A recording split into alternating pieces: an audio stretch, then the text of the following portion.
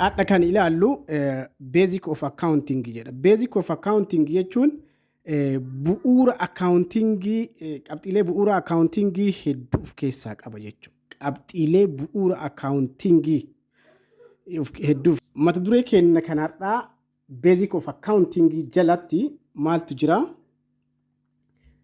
What is accounting? Accounting maalidha? Accounting jechuun it is recording, classifying, summarizing, analyzing and communicating the firm's financial statements to the users of accounting.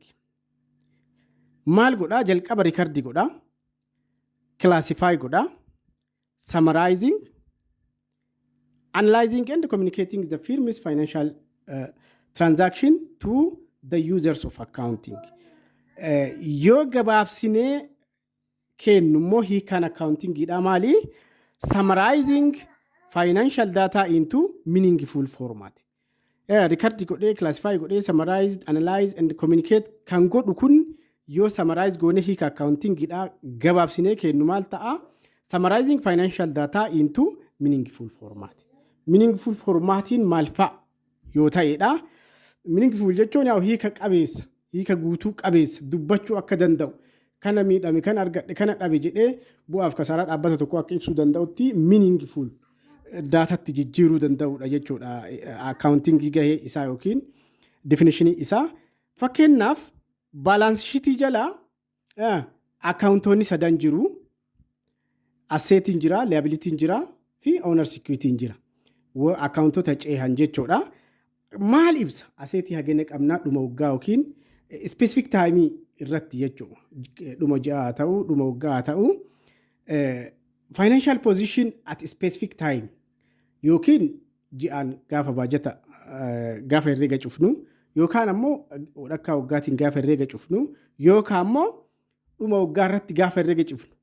Financial position at specific time itti asseetii hanga kana qabna, liability hanga kanatu nurra jira, owner's equity'n keenya kana kanaafuu jedha. Balance sheet irratti waan kana sadii yoo adda baasne profit or loss dhaabbata keenyaa gabaabamatti adda baafanna jechuudha. So summarizing financial data into meaningful format jedhee definitioniin accounting kan inni nu kaa'u balance sheet irratti asset liability fi owner's equity irratti wanni inni kaa'u sun specific time keessatti financial positioniin nuti agarru sun meaningful financial data dha.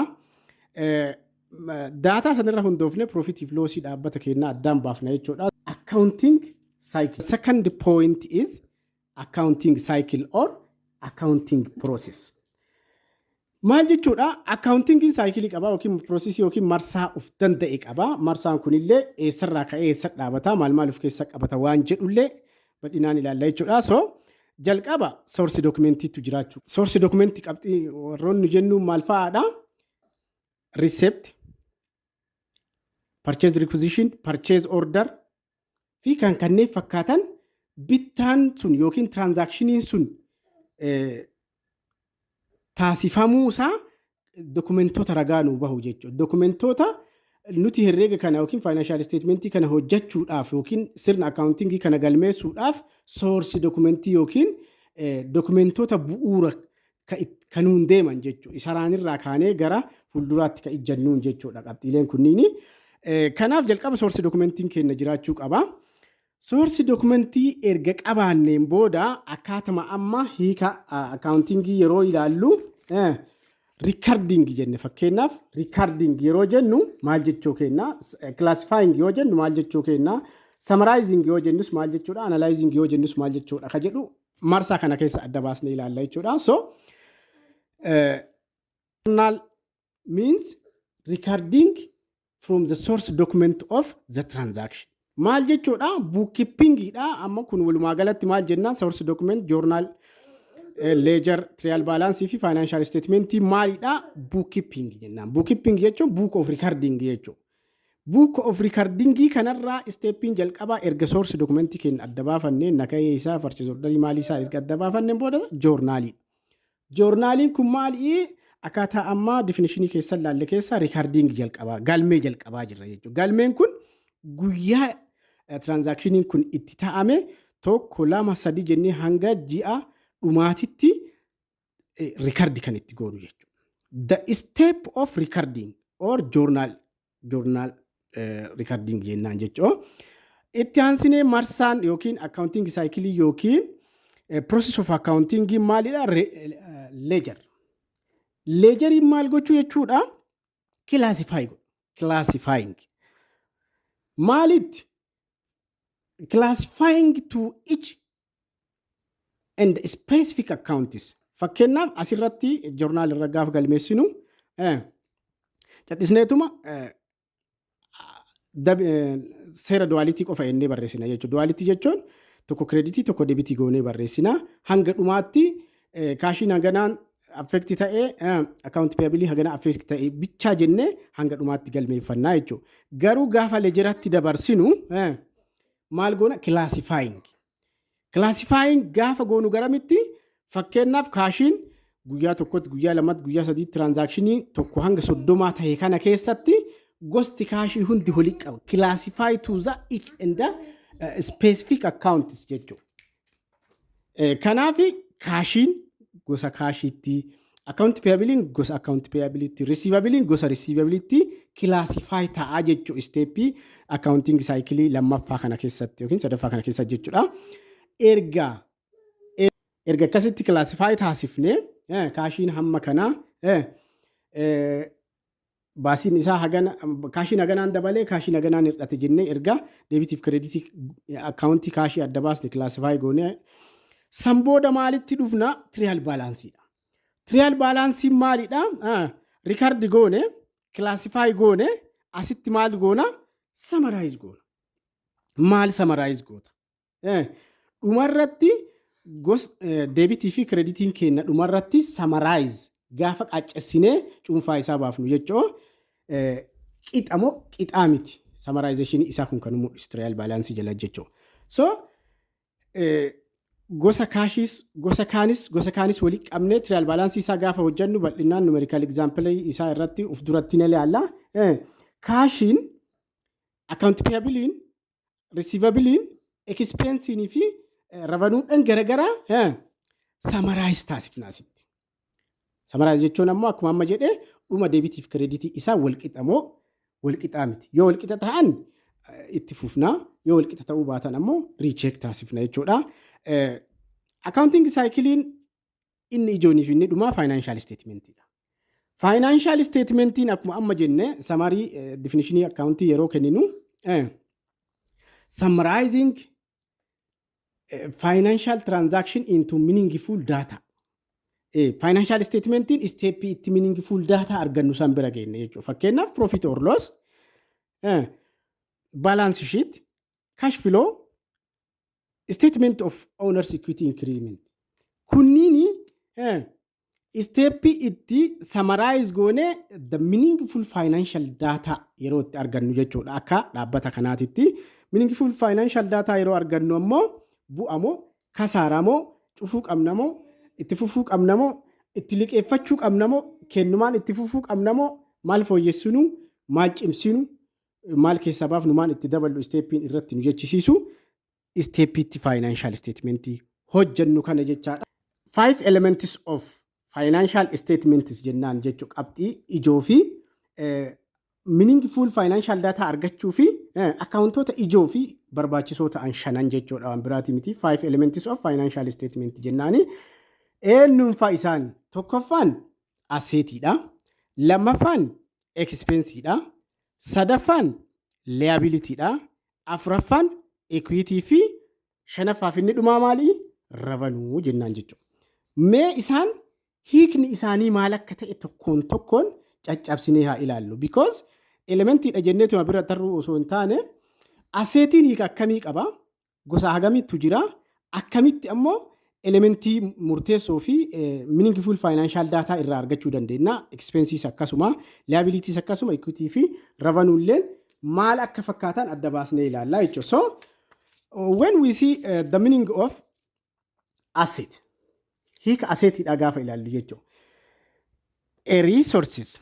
Asset is a resources controlled by an entity as a result of post events or past events and from which future economic benefits are expected to flow to the entity. Maalidha? Resourceidha. Qabeenya controlled by an entity. Qabeenya ta'uu qofa osoo hin taane dhaabbatichaan hoogganamaa to'annoo dhaabbatichaa jala jiraata jechuudha. As a result of past events and from which future economic benefits are expected to flow to the waan sadii ijoo asinnaa qabata. Waan sadii ijoo jechuudha. Maalidha? Sadan keessaa tokkoffaan aseetiin reesoorsii ta'ee controlled by entity dha. Ijoodhanaa qabatanii. A result of past event dha. Maalidha? Past event dha jechuun erga bitamee tureera, erga ownershipiin nutti deebi'e jechuudha. Amma argite past event jechuun ownershipiin isaa dura nutti deebi'a. San booda erga ownershipii isaa gonfanneen booda controlled ta'a jechuudha jalatti qabxii ijoo. Inni biraa immoo from which future economic benefits are expected. Aseetii nuti resource nuti control goone kanarraa maaltu eegama? Future economic resources. Gara fuulduraatti economic resource yookiin benefit irraa argama. Erga aseetii ta'e jechuudha. Wanni aseetii fi elementoota shanan kaawwan arfan kaawwan adda baasu tokko kana dhaabbatichaaf bu'aa argamsiisa gara fuulduraatti. Kun yoo meeshaan ulaagaa kana guutuu argame aseetii jenneen bira lufnaa. Fakkeenyaaf maashinariin jira, inventoriin jira, kaashiin jira, suppliesiin jira. Maashinariin resources controlled by entity dha. Erga ulaagaa guunneen booda then future economic benefit qaba. Maaliif? Ittiin oomishna maashinarii kana gara fuulduraatitti. Baay'ee oomisha baay'ee irraa arganna jechuudha. Inventoriinis akkasuma yoo merchandise illee taane baasnee gurgurraa. Future economic tu expect goona dhaabbatichaaf bu'aa gara fuulduraa argamsiisa jetta. Yoommoo manufacturing industry illee taane maal goona? Finished good work in process fi wanti itti jijjiiranna jechuudha. Garamittuu inventory maalidha? Aseetiidha. Aseetii wanni isa taasisu controlled by the entity and future economic benefit dhaabbatichaaf argamsiisa. Cash-inis akkasuma, supply-inis akkasuma. Is the cost of operation that a company incurs to generate revenue and from which no further benefit is expected. Maalidha? Cost of operation idha. Operation jechuun oomisha tokko oomishuuf yookiin tajaajila tokko kennuuf operation taasifnu irratti cost achirratti bahu jechuudha waan biraatii miti.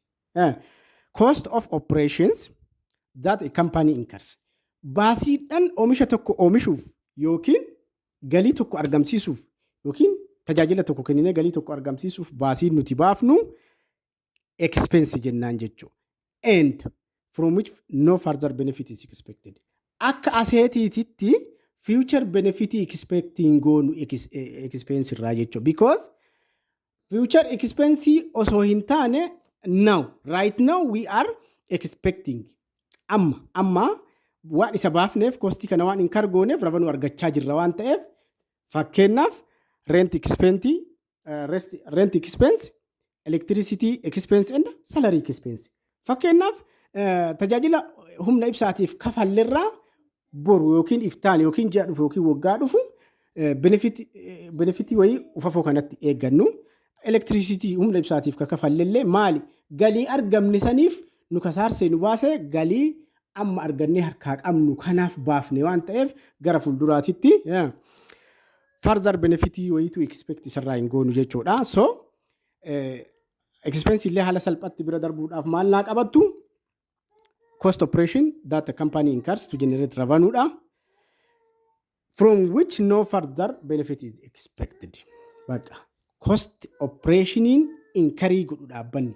Maaliif? To generate revenue nowadays but not in the future.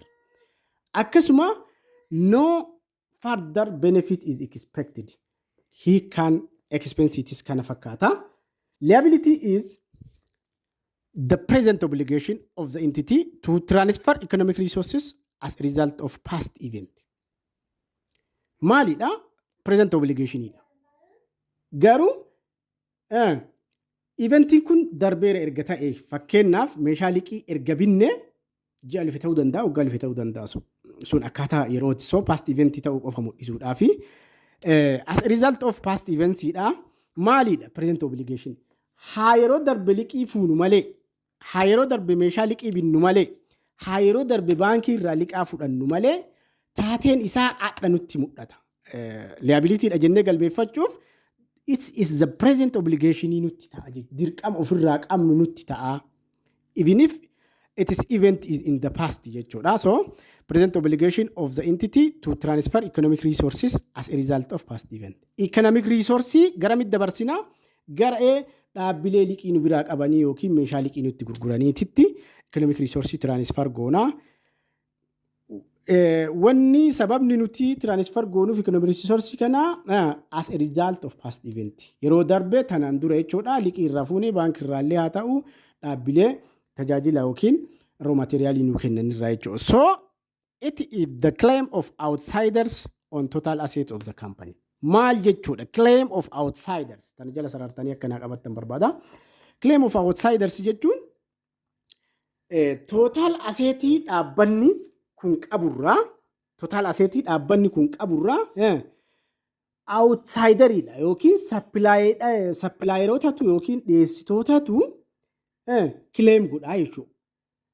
Osoo liability kan ofirraa hin hir'isin dhaabbanni dividendii ho'ituu shareholderii isaatii illee kennuu hin danda'u, drawing illee abbaa biizinasichaatii baasuu hin danda'u jechuudha. So it is the claim of outsiders on the total of asset. Totaaliin hamma nuti liability keenya balance sheet irra nutti mul'isu san hanga ofirraa hir'isnutti no sharing of dividends and the drawings jechuudha.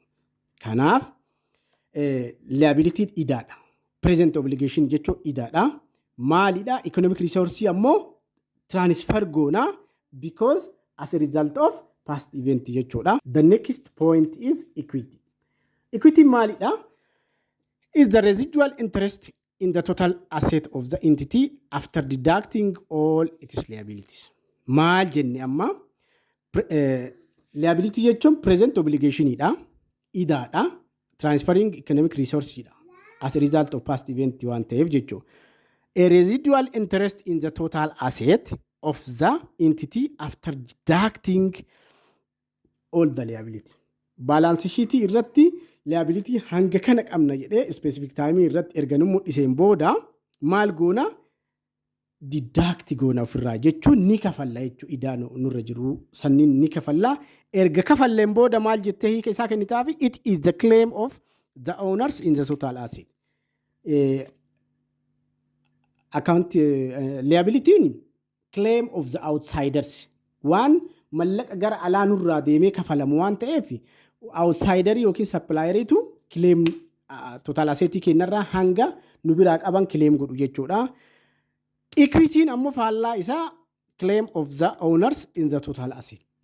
Total asset jiru keessaa warroonni shareholderii qaban yookiin abbaan qabeenyaa yookiin abbaan dhaabbatichaa maal ta'a erga odaa ofirraa dhidhiseen erga odaa ofirraan baaseen booda by the way kisaaraas ta'uu danda'a.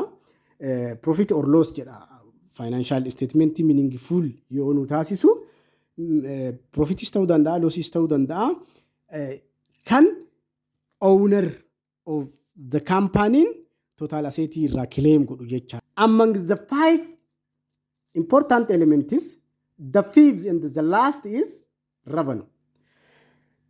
If the gross inflow of cash, receivables, or other consideration arising in the course of ordinary activity of a business, such as sales of goods and rendering of services. Maalidha revenue jechuun gross inflow of cash.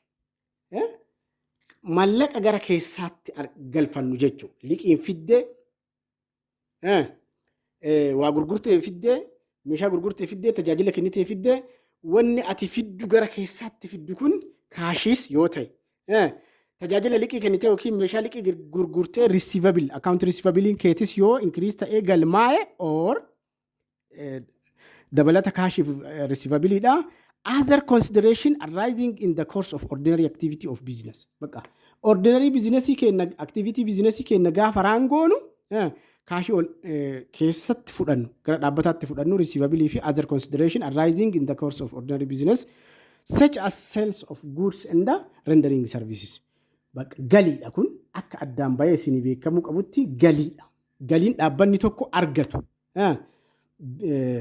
meeshaa gurguruu yookiin tajaajila kennuun jechuudha. Meebii liqaa gurgurtee kaashiin gurgurtee kun dhimmaa miti jechuudha. Qabxii amma asitti kaa'amuu miti jechuudha. So basic of accounting keessatti 5 elements of financial statement ka jenneen tokkoffaan assetidha, lammaffaan expensedha, sadaffaan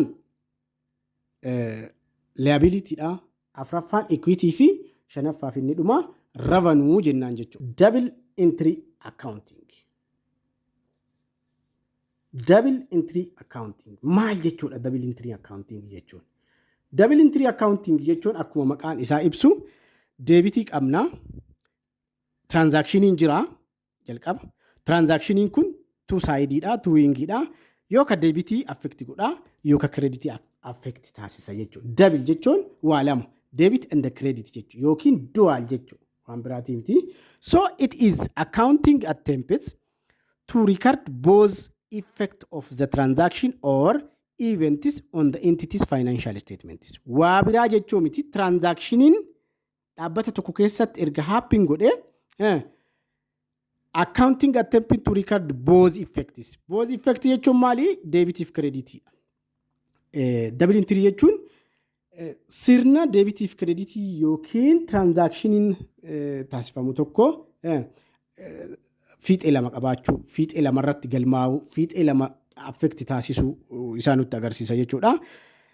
Every transaction has two effects. Kanuma debitii qaba, creditii qaba. Kan dabalu jira, kan hir'atu jira. Kamtu dabala, kamtu hir'ata itti aansinee ilaalla jechuudha. Debitiin qixxeeta creditiidha. Amount wal qixaatii garuu waliif faallaadha. Accounting tokko yoo kaashiin debit ta'ee fi yoo account payabiliin credit ta'e kan credit irra galmaa'us kan debit irra galmaa'us wal qixaa waliif faallaa irratti galmaa'u malee. This is neither good nor bad but it is duality rule. Maal jechuudha? Debit jechuun nu dabale jechuu miti. Credit jechuun ammoo nurraa hidhate jechuu miti. Maal mul'isuuf garuu duality ruleidha. Transactionii tokko keessatti taateen gosa lama affect yookiin taateen gosa lama uumamuu agarsiisuuf malee debititu irra waan nu dabala, credititu irra waan nu hir'isa, waan nutti hir'isa waan jedhu hin ibsuu jechuudha akka adda baasanii qabatanii. Fakkeenyaaf bank loan affects two accounts. Yeroo mallaqa baankii irraa liqeeffattan accountii lama affect godha. Tokkoffaan asset gosa asset yookiin kaashiin sii dabala. Miti mallaqa 40,000 yoo baankii irraa liqeeffattu kaashiin kee 40,000 dabala. So debitiidha. Liability yookiin account payabiliin kee ammoo 40,000 maal ta'a? Dabala jechuudha innis kumaan credit irra galmeessita malee ni dabala. So liability normal balance isaa credit waan ta'eef normal balance isaa credit ta'ee credit irra galmeessita jechuun wanni sun ni dabale malee hin hir'an idatu sitti dabale. Kanaafuu creditiin gaarii kun hamaa nuu fida waan jedhuudha miti. Accountii nuti creditii wanti kana lama fiixee kana lama irra galmeeffannutu murteessaadha jechuudha. So opposite side but equal amount jechuun kun 40,000 debit irra yoo galmaa'u 40,000 credit irra galmaa'a. Fiixee lamaan waliif faallaa garuu amount wal qixa ta'e irratti ka galmeessinu jechuudha. Normal balance maal jechuudha? Normal balance jechuun maalii fi asset, expense, liability, equity fi revenue elementoota ijoo fi shankataan elementoota ijoo financial statement keessa barbaachisanii jechuudha. Normal balance of accounts. Accounting jira, assetiin accountii tokko, expensiin illee accountii tokko, liability, equity fi revenue accountiidha jennaan. Account normal balance isaa debit credit jennaan. Increase yoo ta'e maal ta'a? Decrease yoo ta'e maal ta'a? Kamtu kamirra mishaa miti jenneerra. Neither good nor badidha debitii fi creditiin. Garuu yoo maal ta'e debitii galmeessina yoo maal ta'e creditii galmeessina waan jedhu qabxii ijoo adda baafachuu qabdanidha. So asset, expense, liability, equity and revenue dha. Normal balansiin assetii debitiidha. Debitiidha jechuun aseetiin kee yoo dabalu if it is increase jechuudha. Deebitii galmeeffattaa jechuudha. Aseetiin hir'ate jechuun kireeditii irratti galmeessitaa jechuudha. Kanaaf yeroo aseetiin kireeditii ta'u hir'ate jettaan malee yeroo liabilitiin kireeditii ta'u hir'ate hin jettuun. Because normaal baalaansii isaaniitti murteessaa jechuudha. So aseetii normaal baalaansii isaa deebitiin DR'n bakka bu'aa kun seera. Bifti isaanii halluun isaa biluudha. Aanan adiidha. Bishaan bifa hin qabu. Kunniin seera uumamaati. Amma aseetiin deebitii maa ta'e normaal baalaansii jettanii yoo na gaafattan kana jedhee isinii deebisuu dhiisuu danda'a. Because seera akka seera herregaa tokkotti murtaa'ee waan lafa taa'eef jechuudha. Kanaaf maqaan ebalumaaf akkas ta'e ebalumaaf dhiira ta'e isaallee ebalumaaf dubartii ta'e jennee gaafachuu jechuudha. Aseetii maaf deebii ta'e expensive maaf deebii ta'e jennee gaafii akkasii dhiyeessuun jechuudha. So akka ruuliititti fudhachuu danda'uudha qabna jechuudha. So shanan keessaa lameen kun deebitiidha normaal baalaansii isaanii. Erga normaal baalaansii isaanii deebitii ta'e ammoo yeroo inkiriis ta'anitti deebitiitti galmeeffannaa, yeroo dikiriis ta'anitti kireeditiitti galmeeffannaa jechuudha. Adda isinii bahuu qaba. Shanan keessaa sadan hafan ammoo liability, equity fi revenuun normaal baalaansii isaanii kireeditiidha. Waan normaal baalaansiin kireeditii ta'eef yeroo inkiriis ta'an kireeditii irra galmeeffannaa. Yeroo dikiriis ta'an ammoo yeroo hir'atan deebitii irra galmeeffanna jechuudha.